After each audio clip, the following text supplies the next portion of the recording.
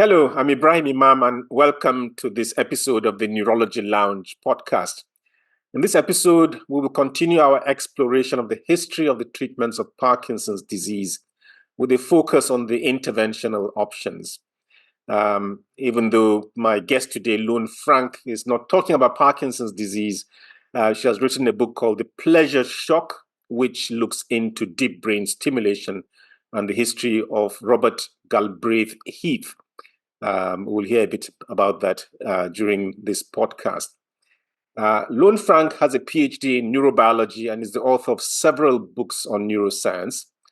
As a staff writer at Weekendavisen, Denmark's leading newspaper, she's a well-known voice in debates about science, technology, and society.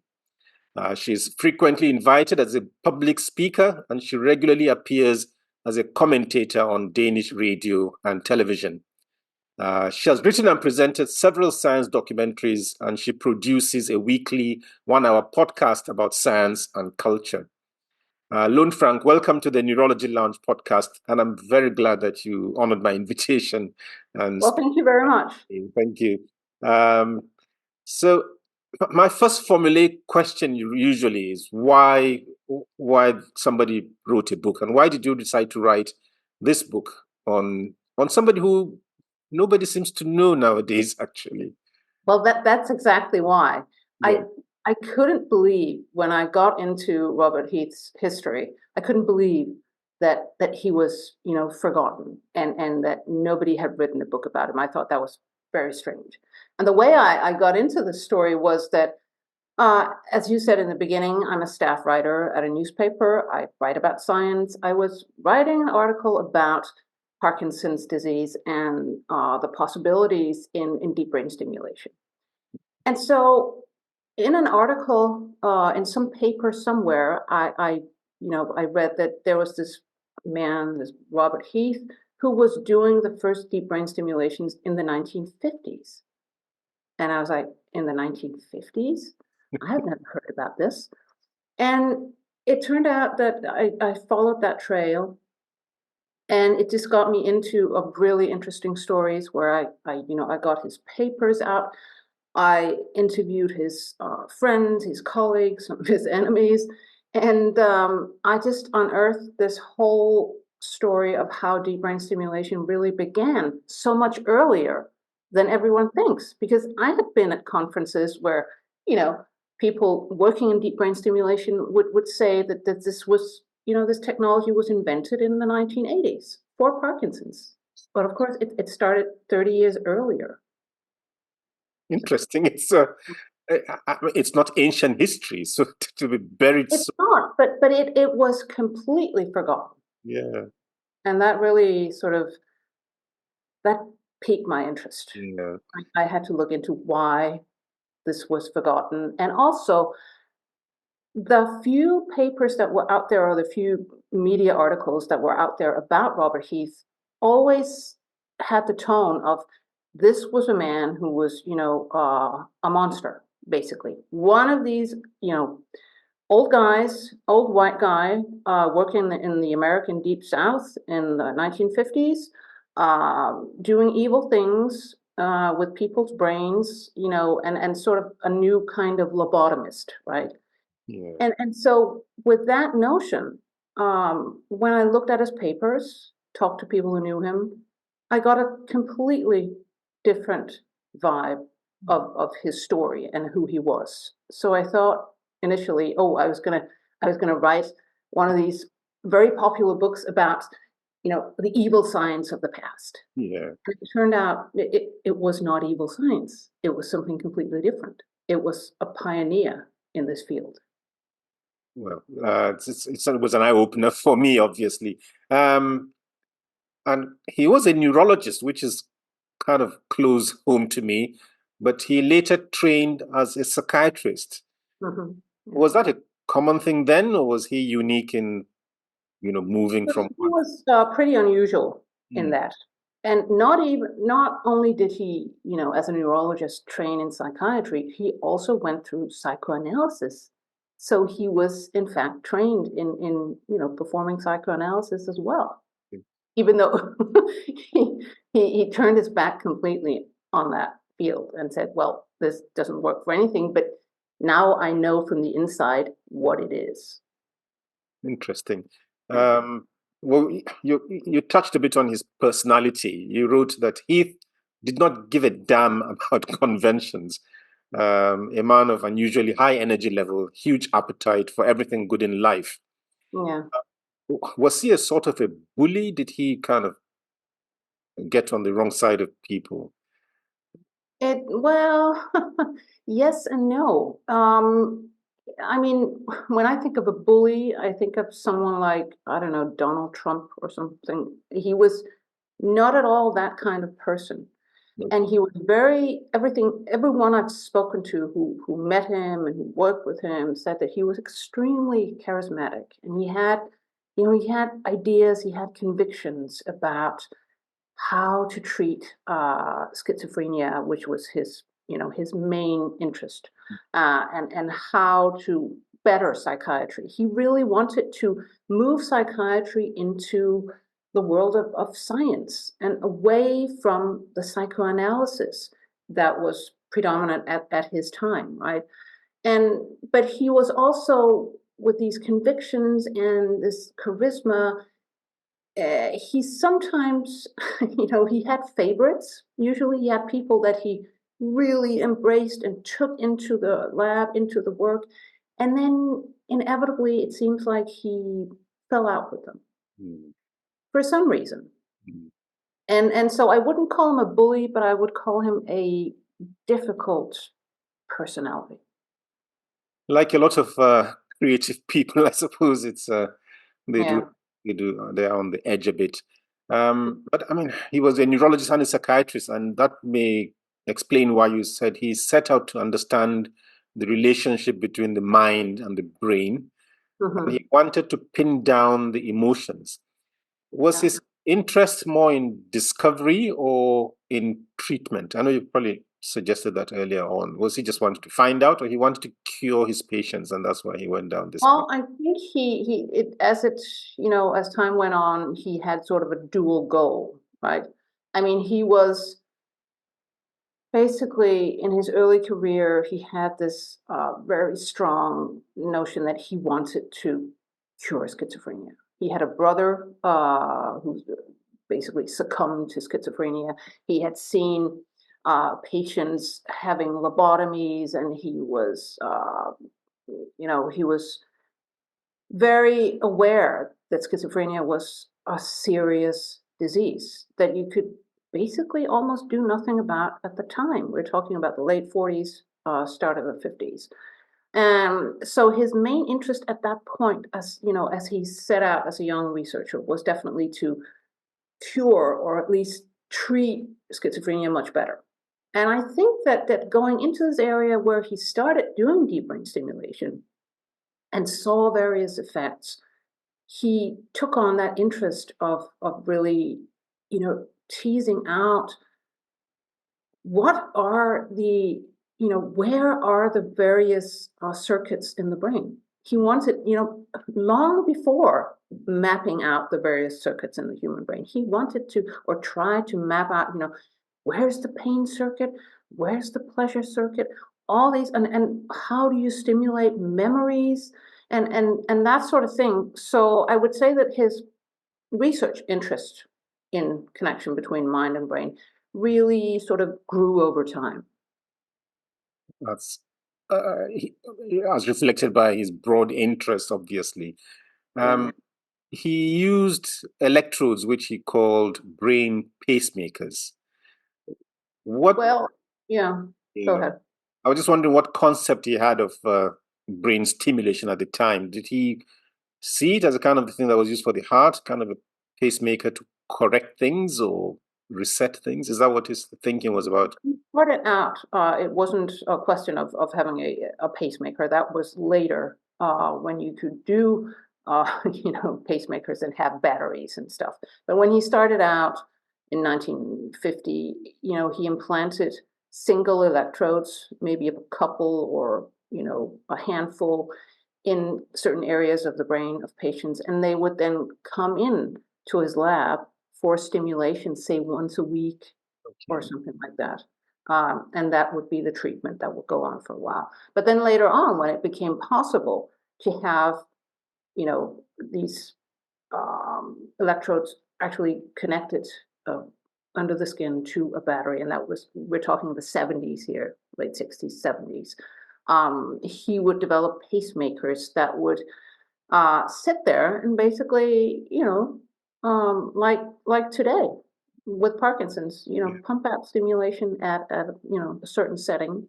And it was his idea that the brain is a physical system. It's a physiochemical system or electrical system, and of course you can, if you stimulate the right areas with the right train of impulses, then you ought to get the right response in a way. Interesting. And he honed in on this area called the septum, not a very popular area in the brain, as the target of his brain's stimulation. Why did he pick on the septum? What was so attractive? Well, what he called the septum is something, it's it was called the septum at the time. It isn't today. It's an area of the brain basically surrounding the nucleus accumbens. So it's part of what we today know as the reward centers of the brain, the reward circuits of the brain. But he had his basic idea for treating schizophrenia was that, well, as he saw it, and this was inspired by his mentor in psychiatry, Sandor Rado, who's probably also completely forgotten. But he thought, Sandor Rado always said, well, the central system in schizophrenia is not the hallucinations. It's really the anhedonia. Okay. That is the foundation of this illness. And so he took over this idea and thought, well, if we can cure the anhedonia, if we can get to a place in the patient's brain and give them the experience of pleasure, because we're talking about patients who do not feel pleasure or positive feelings about anything. And this is really, we still talk about that as negative symptoms of schizophrenia. And it really is extremely serious, and it's extremely difficult even today to treat those negative symptoms. His idea was, if we get into the brain to some place where we can stimulate the feeling of joy, of pleasure, then we might get the patient to a point where we can use, therapy, talk therapy, basically. So he wasn't convinced that, okay, you just have to stimulate in one place and then the person is no longer schizophrenic, but you could get to a point where you could then, conduct therapy. And is that why he also experimented on people with depression? Because he didn't just stick to schizophrenia. He also had depression as well. Yes. I mean, the first thing he did was he treated a group of, I think it was 22 schizophrenic patients over the course of a year. And he wrote up a big monograph about, all the results. It's out there. You can go and read it. And there were positive results on some of these patients that really got better. Some did not get better. I think one or two actually got worse. But he sort of moved on because he thought, well, if we have this, place in the brain, he called it the septum. We now know it's probably, he was hitting the nucleus accumbens, and so stimulating reward centers of the brain, right? And if we do stimulate the feelings of joy, of pleasure, then, it's obvious we ought to be able to treat depression, right? I mean, and if you look at what how deep brain stimulation is being used today for intractable depression, it's some of the same principles that are in use. I mean, you stimulate areas that, for some reason, in the depressive patient, is underactive or overactive, and then you dampen the activity. So it is about reward circuits. So, and he got to the point of using this septum in the brain from really studying neuroanatomical atlases and studying the results of the lobotomies and tepectomies that have been performed by other people over time, and looking at, well, in some of these schizophrenic patients that undergo lobotomy, we cut out a piece of the cortex, basically, frontal cortex. What happens to them? Some of them, in fact, have some dampening of negative emotion, and it seemed from his studies of those cases that the areas that they had, been the areas that had been removed or disturbed in their brains all had connections to the septum. So that's, I mean, he had a rationale that you can, read about, and we still, I mean, when we go back to that time, we have to remember that they knew so much less about the brain than we do today. So, so I think it was really, when you go and look at what he did, I mean, it was thorough work, and it turned out to be a good rationale, in fact. And talking about depressive patients, he had pretty good results with some depressive patients. And then he moved into other areas like psychomotor epilepsy or temporal lobe epilepsy, which is, a difficult condition where you don't have the grand mal epileptic seizures, but you have other symptoms like sometimes aggressive episodes, depression-like symptoms, weird stuff going on. And he was stimulating the septum. And for some of these patients, that seemed to work fairly well. So, So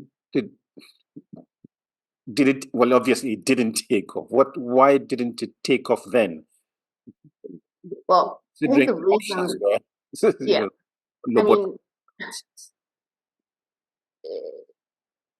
the whole story in my book is really about, why did this not take off in his time? What happened? Why was it forgotten?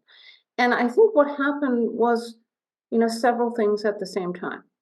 I think he was far ahead of his time with this. I mean, he was working in an environment where most of psychiatry was dominated by psychoanalysis. The psychoanalysts did simply not believe that mental illness was about, malfunctions of the brain.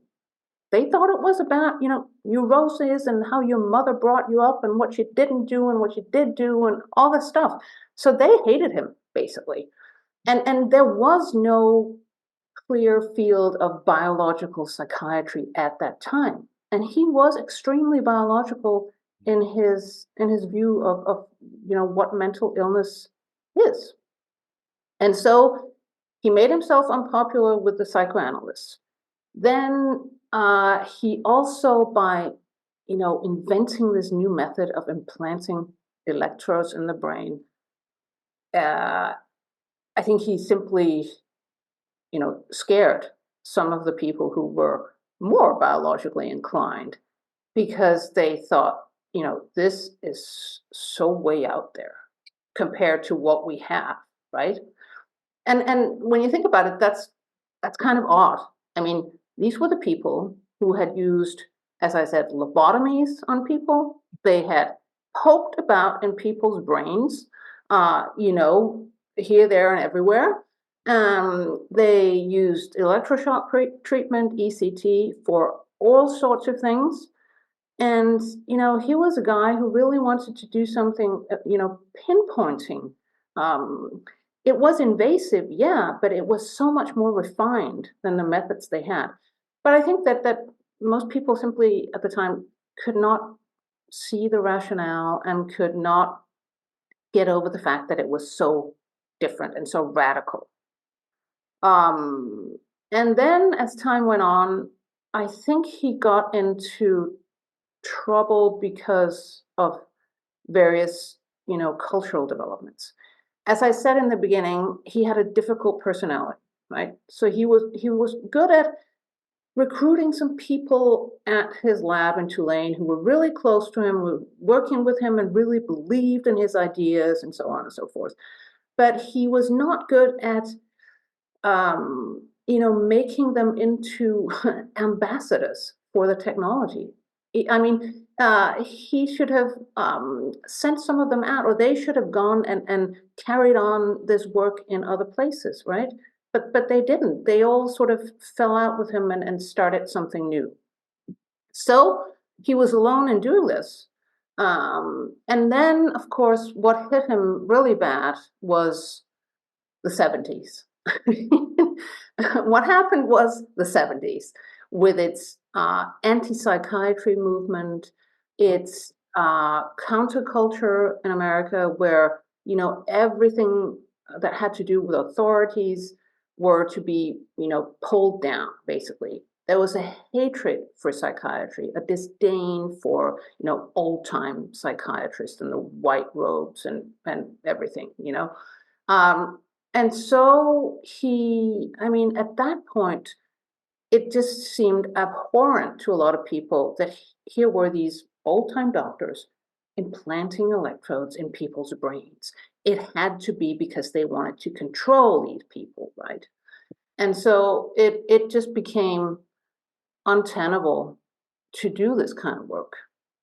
And it sort of, he was the only one doing it. And it kind of, at that point, he had been getting lots of research money for his work up until about 70 something, and then it sort of petered out. And then he just stayed on at Tulane till I think around 1980, and then he was he died in 84. So yeah.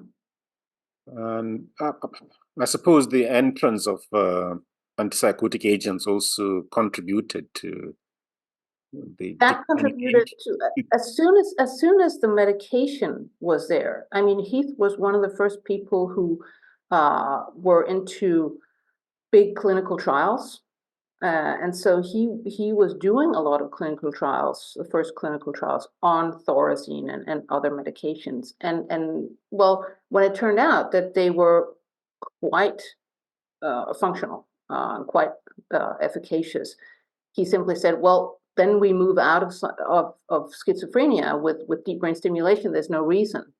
These medications are working pretty well. So that's when he mainly got into depressed patients, psychomotor epilepsy, so on and so forth. Yeah. It's interesting. But his technique and ideas, how similar were they to what is currently deep brain stimulation? Are they miles apart, or was he? I would say basically it's pretty much the same. His technology itself was of course not as refined. The electrodes were not as fine as you get them today. They didn't know as much about brain circuitry as we do today. The whole, getting into the brain and actually placing electrodes was not as fine-tuned as it is today, but the principle is basically the same. You figure out where there is an activity that's not optimal, and then you either dampen that activity or you stimulate according to what it is you're treating, whether you want more activity in some area or actually less. So the principle is completely the same.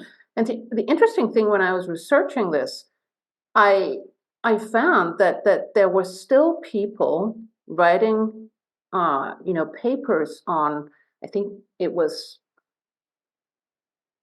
a 2012 paper, I think, about stimulating the nucleus accumbens as a potential treatment for schizophrenia. A neurosurgeon wrote that paper, and and she didn't refer to Heath.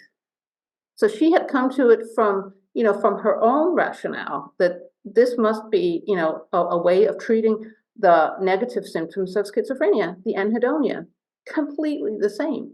He's done it long. He's thought about it long before then. Yeah. So I think he was In his principles and in his thinking, he was completely right. But he was too far ahead of the technology and certainly too far ahead of what was, societally acceptable. It's interesting. He thought about it, worked it out, but the conventional DBS story is that it happened by accident and nobody actually thought about it. So it's Yeah. how much credit we should give to him. Yeah, I mean, I think I think a lot more people should start by reading my book Yes, and, I using that to get into that old literature because they were doing an awful lot of really, really interesting things at the time. And it gives you, I mean, it gives you pause. You think, well, are we reinventing technologies sometimes? Are we reinventing treatments that have already been there, in fact, because we do not pay enough attention to history? And I think that's sometimes true. I think it's probably often true. You find that the first time the history books say something happened, somebody writes later, actually, it happened 100 years before then. And it's Yeah. I guess researchers today will probably find a lot of ideas in his writings. So it's good that you've highlighted him. There are not many other kind of personalities in the book, but you mentioned a fellow psychiatrist called Peter Breggin, Mhm. who was against, he was his, what was he, an authority who was against DBS? He was, I mean, he was an anti-psychiatrist, basically. He Okay, so was in the anti-psychiatry movement, and he was very much against DBS as a form of, he called them, just a new kind of lobotomy. okay, And he talked about, well, this is the road to mind control, and you should just get these old psychosurgeons out of the way. And so he was very much, well, yeah, back to the old psychoanalysis, in fact, in a way. So, but he was very effective because he was, uh, again, he was sort of working for his ideas and talking about them in the 70s, and it was just when the culture was so ready to listen to that. Um, so he was taken seriously by some people. clearly. There's a lot of foresight. Mm. So, I mean, we've talked about the kind of things that may have made him get lost in the mist of history. What was there a deliberate effort to forget him? Let me put it that way. Or it was just bad luck? I know. I think it was simply that he was run over by history, Um, and then he had, I think, enemies in his time that were the people who often, were the gatekeepers to what was written in the histories of psychiatry. yeah, So, that worked in consort. So in that way, he was just sort of, I think he was just disregarded. yeah, yeah. Mm. Well, you have resurrected him from the ashes of. Well, I've tried because I think this the story is so interesting, Yeah. and the most amazing thing is that he filmed all his experiments and Okay. his treatment. So he filmed them all, and Tulane University has all those films. They, wouldn't allow me to see them as Oh, a journalist and a writer, probably because of, I don't know, patient, laws surrounding, patient information and stuff like that. But I got hold of a lot of the tapes okay. because they were in the old summer house that Heath used to keep in Louisiana. And his son, who's still alive and who I visited, sent them to me. Okay. So I've seen a lot of these Hmm. treatments and experiments and seen how, they have been described in media reports and in the literature as, this monstrous scientist who's carrying out experiments on people who don't know what's going on and who are not willing to participate and who haven't consented and all this stuff. From what I've seen, that is completely untrue. It looks very, very much like there's an extremely good rapport between Heath and his patients. I mean, they're sitting there, they're talking about what it is they're doing, what his ambition with the treatment is, what the principles are, and these patients are, talking to him about what have been their problems in life, what are they, struggling with, what happened after the treatment, how does the treatment feel, and so on and so forth. It looks very much to me like, a cognitive behavioral therapy session would today. I mean, psychoeducation and, talking about we're doing this to your brain, now your brain probably responds this way and that. And it extremely interesting and really modern, I think, for something that was going on in the 1950s. Yeah. So it comes across as someone who actually cares for his patients, not just technical. I mean, that is my impression that he did. I mean, the stories I heard about patients that he kept caring for and that he, kept in touch with, and also just seeing him talking to them. I actually met one of his patients who had one of these brain pacemakers that he constructed in the 1970s, and this patient was somewhat retarded, but he had, since his childhood, he had immense problems with aggression fits.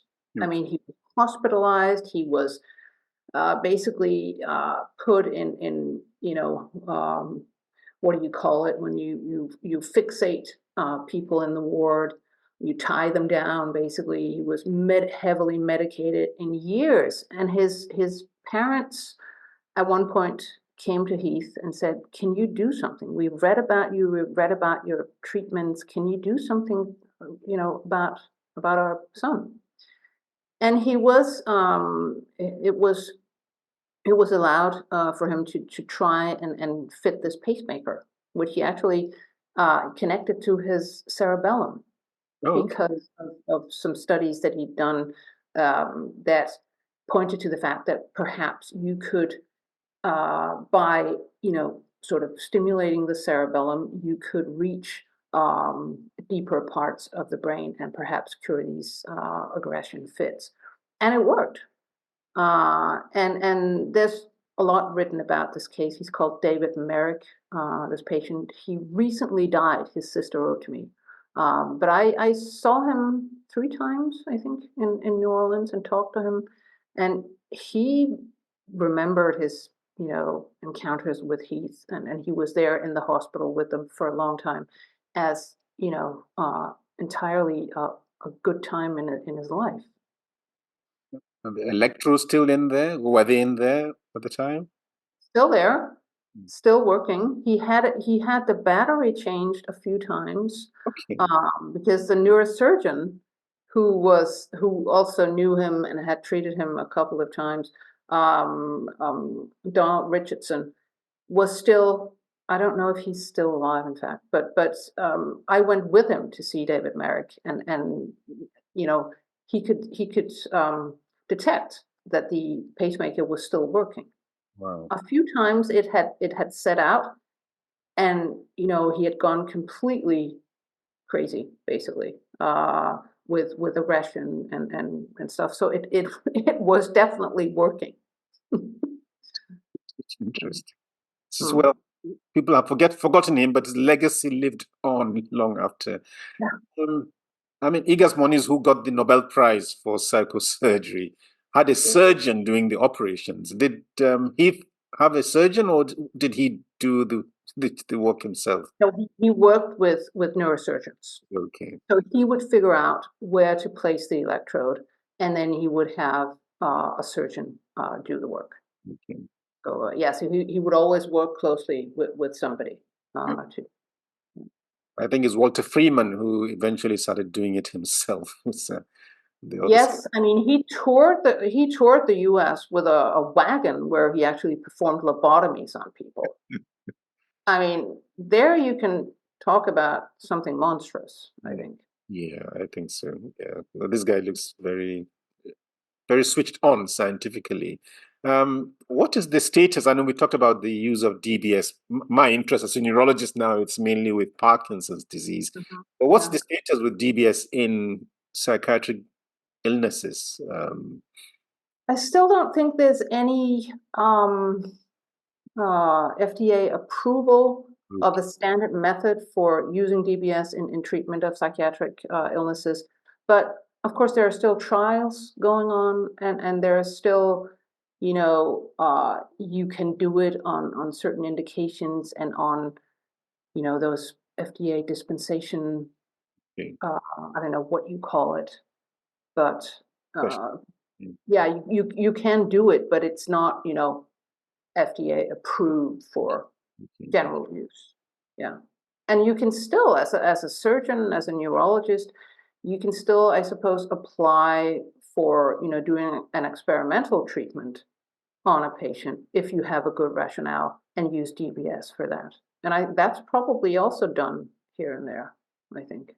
Maybe for drug resistant cases where Yeah. there's But sort of certainly in depression, I mean, a lot of work has been done. Helen Mayberg, for example, at Emory, she's now in New York, and there are, centers in Germany who's done a lot of work on depression, intractable depression, treatment resistant.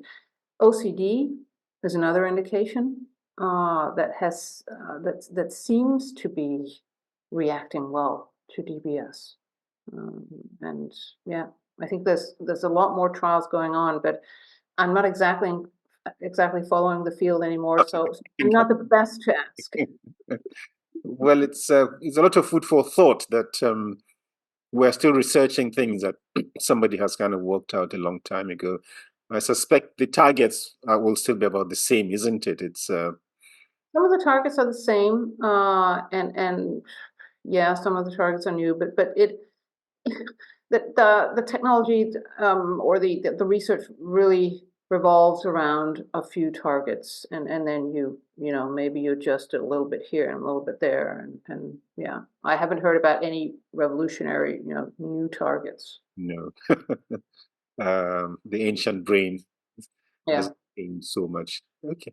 Um, are you writing any other book at the moment in a similar context, or? Well, I'm gearing up to writing a book, but I have sort of this book I wrote a number of years ago, and then the latest book I put out was about love, Okay. seen through the eyes of various scientific fields, and the next book I'm going to write will be about Meaning. meaning, right? How we attain that, why that feeling is so important, and that kind of. So I'm getting out of the very sort of hands-on, neurological, neurosurgical, psychiatric stuff and into more sort of life, culture, that kind of thing. Philosophical. Yeah, quasi-philosophical. Yeah. Well, I enjoyed the pleasure shock, and I did drag it into neurology because I thought it was relevant to with Mm, DBS, which is a big thing in Parkinson's disease. yeah, yeah. Lone Frank, thank you very much for participating in this episode of the Neurology Lounge podcast. I'm most grateful, and I've learned quite a lot. And for my audience watching or listening, after reading The Pleasure Shock, you might want to pick up my own book called Surfing the Brain. It's a bit light touch, not as in depth. And for some academic stuff in neurology, I have a website called Neuro Checklist. And to make sure you don't miss the next episode of the podcast, why not subscribe to the iTunes, YouTube, or Spotify channels? But until then, thank you for watching and listening. And Lone Frank, thank you very much again for joining me. I'm most It was grateful. a great pleasure. Thank you for having me.